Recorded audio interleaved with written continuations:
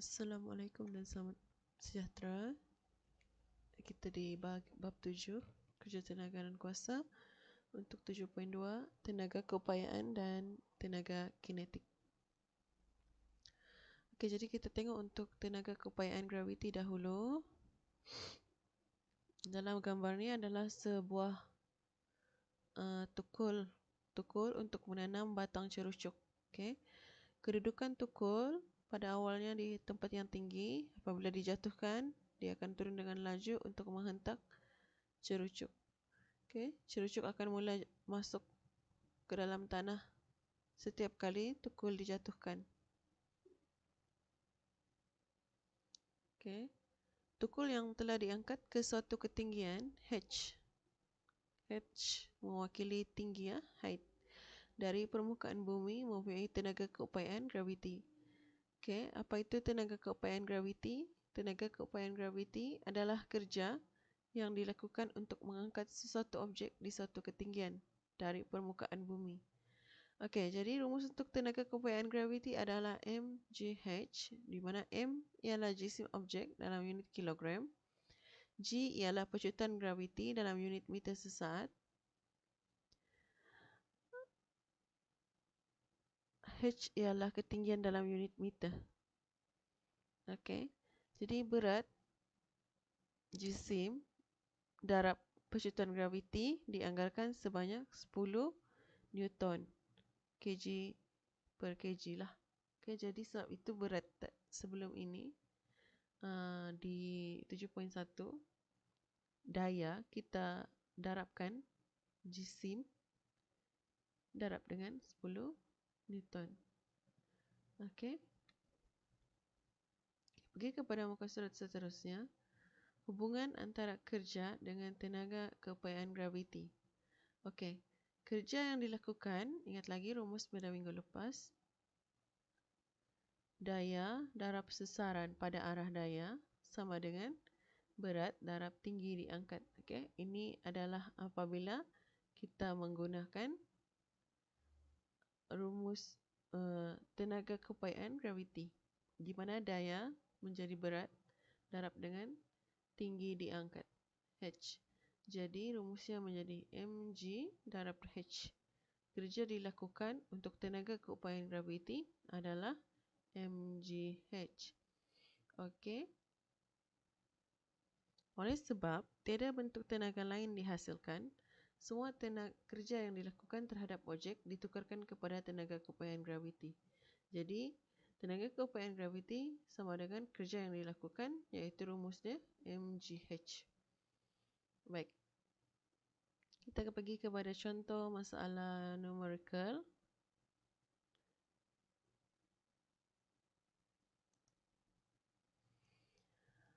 Gambar foto menunjukkan sebuah lift di KLCC.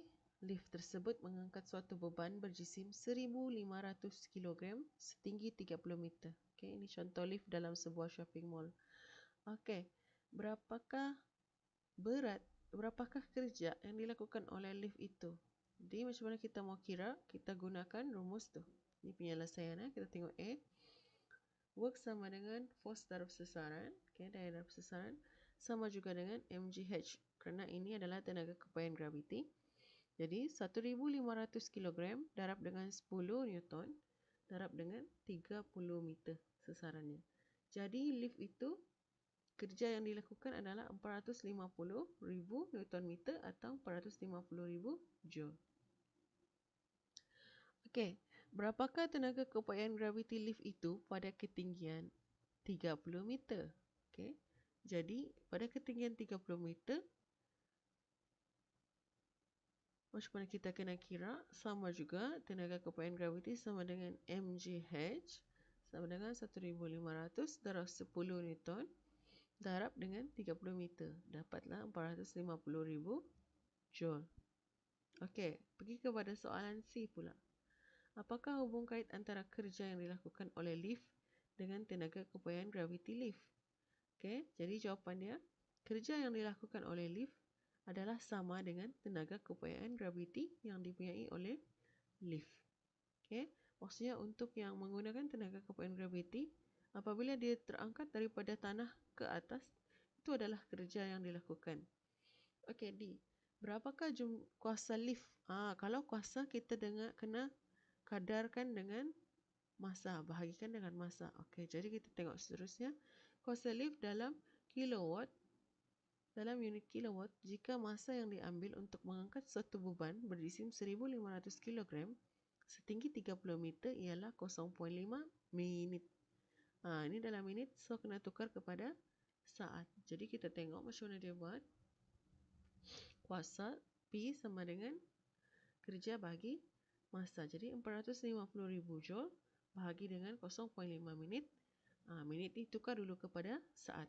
Jadi 450,000 joule bahagi dengan 30 saat. Dapatlah 15,000 watt. Okey, soalan minta dalam unit kilowatt. K bermaksudnya 1,000. Jadi 15,000 kita bahagikan dengan 1,000. Dapatlah 15 kilowatt. Okey. Jadi kita pergi kepada muka surat 218.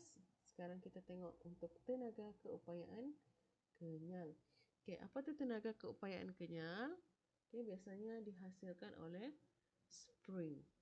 Okey, benda yang boleh meregang. Okey, biasanya sebagai contoh kita tengok yang ini dalam sebuah stapler. Ada spring. Okey, yang mana apabila kita masukkan dawai kokot, spring tu akan memendek. Okey, dia akan menghasilkan satu daya untuk menolak dawai kokot. Okey, spring yang dimampat atau diregang mempunyai tenaga keupayaan kenyal. Tenaga keupayaan kenyal ialah kerja yang dilakukan untuk memampat atau meregang suatu bahan kenyal dengan sesaran X dari kedudukan keseimbangan. Okey. Jadi tenaga keupayaan kenyal, rumusnya tenaga keupayaan kenyal sama dengan 1/2 Fx. F adalah daya regangan atau mampatan dalam unit N, Newton, dan X ialah sesaran dari kedudukan keseimbangan dalam unit meter. Okey, apa tu kita tengok penjelasan di sini. Okey, pergi kepada muka surat 219. Hubungan antara kerja dengan tenaga keupayaan kenyal. Okey, macam mana kita mau takrifkan dalam bentuk kerja? Okey, jadi contoh suatu spring diregangkan sebanyak X meter dengan daya F. Okey, contohnya spring ini. Ini asal 0 Newton. Apabila kita letakkan satu pemberat di sini, okey, spring ni akan memanjang daripada kedudukan asal dia. Okey, jadi kita cakap pemanjangan X sebagai X meter. Daya di bawah ni. Apabila benda itu turun ke bawah. Okey. Jadi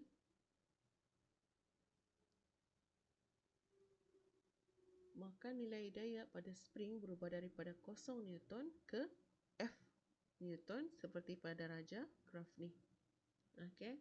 Jadi untuk kes melibatkan spring, kerja yang dilakukan bersamaan dengan luas di bawah graf. Ini jika kita plotkan graf, kita akan nampak satu graf macam ni. Okey. Luas di bawah graf ni adalah kerja yang dilakukan. Okey, tenaga keupayaan kenyal sama dengan kerja dilakukan sama juga dengan luas di bawah graf atau sama juga dengan 1/2 darab daya darab dengan sesaran. Okey, pemanjangan spring tersebut. Kita tengok kepada contoh. Okey, contoh yang ni. Panjang asal bagi spring S, ini spring S, ialah 20 cm. Okey, 20 cm. Apabila daya terakhir dikenakan pada spring S, 20 Newton. Okey. Apabila ada benda diletakkan atas spring, daya tu 20 Newton. Panjang baharunya menjadi 12 cm. Hitung tenaga keupayaan kenyal yang dipunyai oleh spring S yang termampat itu. Okey, maksudnya ini mampatan. Di atas tadi contoh regangan. Okey, jarak mampatan X. Panjang asal 20 cm, tolak panjang baharu, tolak 12. Jadi ada pergerakan 8 cm. Tukar kepada meter bagi 100. Jadi dapatlah 0.08 meter. Jadi, tenaga keupayaan kenyal sama dengan 1/2 darab dengan daya 20 Newton darab dengan X 0.08 meter. Maka dapatlah jawapannya 0.8 Joule. Okey, tenaga kinetik pula. Kita pergi kepada tenaga kinetik pula. Tenaga kinetik ialah tenaga yang dimiliki oleh suatu objek yang bergerak. Okey, apa sahaja objek yang bergerak, bergetar, ada tenaga kinetik. Okey, tenaga kinetik sama dengan 1/2 darab dengan M darab dengan V kuasa 2. Okey, apa tu M? M ialah jisim dalam kilogram. Okey, V ialah halaju sebab pergerakan ada kelajuan dalam unit meter sesaat. Okey, jadi kita tengok satu contoh di sini. Okey, contoh masalah numerical. Kita tengok contoh satu dulu. Apabila sebuah kereta api berjisim 500,000 kg bergerak dengan halaju 360 km per jam, berapakah tenaga kinetik yang dimiliki oleh kereta api ini? Okey, halaju kereta api 360 km per jam. Kena tukar dulu kepada meter dan saat. Jadi 360 darab 1,000, K ni ada 1,000 meter bahagi dengan 1 jam darab dengan 60 saat, tukar kepada saat. Jadi kita akan dapat ni 360,000 meter bahagi 3,600 saat. Dapatlah halaju dia 100 meter sesaat. Okey, tenaga kinetik. Sekarang baru kita kira tenaga kinetik sama dengan 1/2 darab jisim M darab halaju kuasa 2. Jadi 1/2 darab dengan jisim tadi 500,000 kg darab dengan 100 meter sesaat dalam kuasa 2. Okey, ni selalu pelajar terlupa kuasa 2. Jadi tekan kalkulator, kita akan dapat 2500,000,000 Joule. Okey. Pergi kepada contoh yang kedua. Okey, sebutir bola keluli berjisim 0.2 kg mempunyai tenaga kinetik 3.6 Joule. Berapakah halaju bola tersebut? Okey, jadi tenaga kinetik sama dengan 1/2 mv kuasa 2. Okey, telah diberikan tenaga kinetik sebanyak 3.6 Joule. Jadi 3.6 Joule sama dengan 1/2 darab dengan 0.2 kg darab V kuasa 2. Jadi ini kita buat matematik sahaja sebenarnya. Okey, tukarkan V kuasa 2 di sebelah sini. Yang lain semua bawa ke sebelah. Jadi 3.6 Joule bahagi dengan 0.1 kg.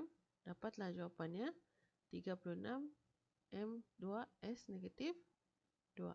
Okey, masalahnya ini dia adalah V kuasa 2.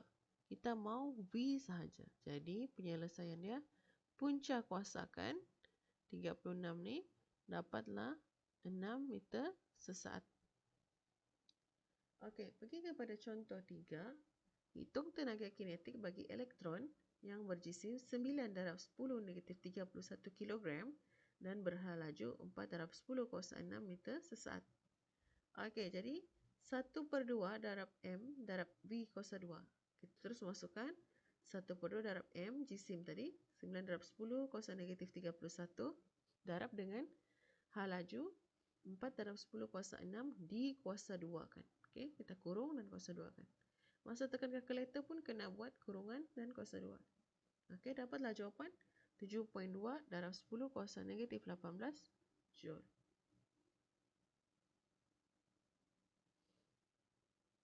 Okey, pergi kepada latihan. Okey, cikgu minta buat soalan 2 dan 3. Okey, jadi kita tengok soalan 2. Liza mengangkat sebuah kerusi seberat 40 Newton hingga ke paras 50 cm. Jadi 50 cm kena tukar dulu kepada meter. Okey, bahagi 100. Jadi kerja daya darab dengan sesaran darabkan. Jadi apakah bentuk tenaga yang dimiliki oleh kerusi itu? Apabila dia diangkat, tenaga apa yang ada? Tenaga keupayaan graviti. Berapakah tenaga yang dimiliki oleh kerusi itu? Berapakah tenaga? Jadi berapakah tenaga? Tenaga, ingat lagi, tenaga adalah kerja yang dilakukan. Okey, jadi jawapan dia sama dengan okey, pergi kepada soalan 3. Daya dikenakan kepada papan untuk memampatkan spring ke arah dinding. Spring dimampatkan. Okey, dalam rajah diberi bahawa panjang asas spring 50 cm, panjang akhir 30 cm. Daya akhir 20 N. Berapakah tenaga keupayaan kenyal dimiliki oleh spring yang termampat? Okey. Jadi, berapakah tenaga keupayaan kenyal? Macam mana kita mau kira? Okey, rujuk balik kepada tenaga keupayaan kenyal. Okey. Di cara mengira dia. Okey, tenaga keupayaan kenyal sama dengan 1/2 darab F darab X. Okey. Jadi, F tadi berapa? 20 Newton. X pula adalah berapa cm?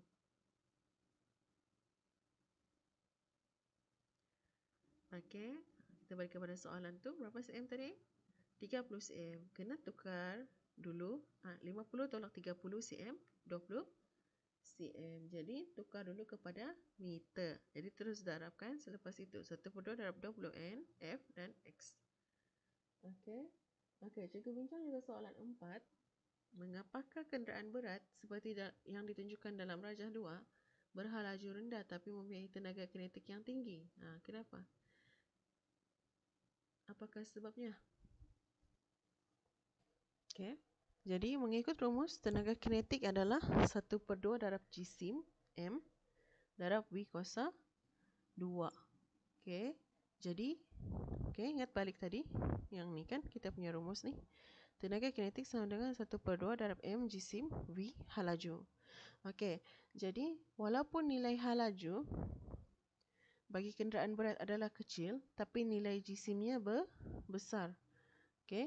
Oleh itu, jisim kenderaan yang berat ini, okey, sebab jisim kenderaan tu, jisim ni besar.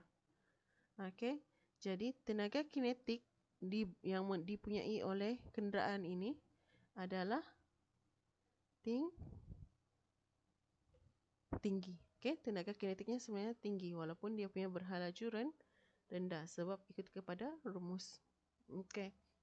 Untuk B, nyatakan satu contoh objek harian yang mempunyai tenaga kinetik yang tinggi. Okey. Dalam keadaan berikut. Objek yang berjisim kecil tapi berkelajuan tinggi, berhalaju tinggi. Apa dia? Apa dia sebagai contoh?